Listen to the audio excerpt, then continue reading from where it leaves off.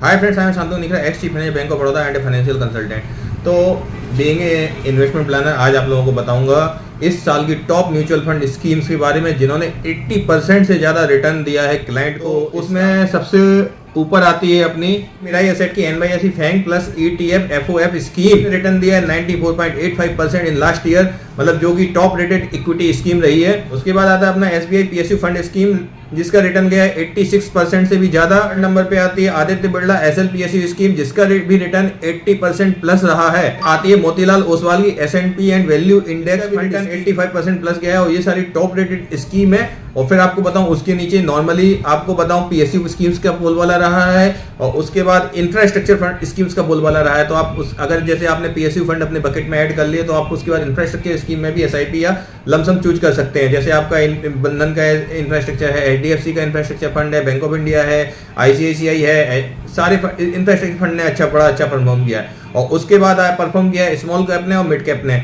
तो आपको अगर म्यूचुअल फंड में इन्वेस्ट करना है और बैलेंस भी में इन्वेस्ट करना है, तो आप एक PSU फंड स्कीम ले सकते हैं, दूसरी आप इंफ्रास्ट्रक्चर फंड स्कीम ले सकते हैं, थर्ड आप स्मॉल कैप ले सकते हैं, फोर्थ आप मिड कैप ले सकते हैं, और फिफ्थ आप लार्ज कैप ले सकते हैं। लार्ज कैप कभी भी रिटर्न कम नहीं देते हैं, लेकिन हाँ उनका रिटर्न अच्छा खासा रहता है। लेकिन एक जो बेंचमार्क होता है वो आपको स्टेबिलिटी के साथ अगर आपको रिटर्न चाहिए तो आप लार्ज कैप में इन्वेस्ट कर सकते हैं। तो ये सारी स्कीम थी टॉप म्यूचुअल फंड स्कीम की इस साल की, जिन्होंने 80% प्लस या 70% बहुत हाईएस्ट कहा। आप मुझे भी कांटेक्ट कर सकते हैं, आपको बेस्ट रिटर्न मिलेगा। और कांटेक्ट डिटेल मेरी डिस्क्रिप्शन में दी हुई है।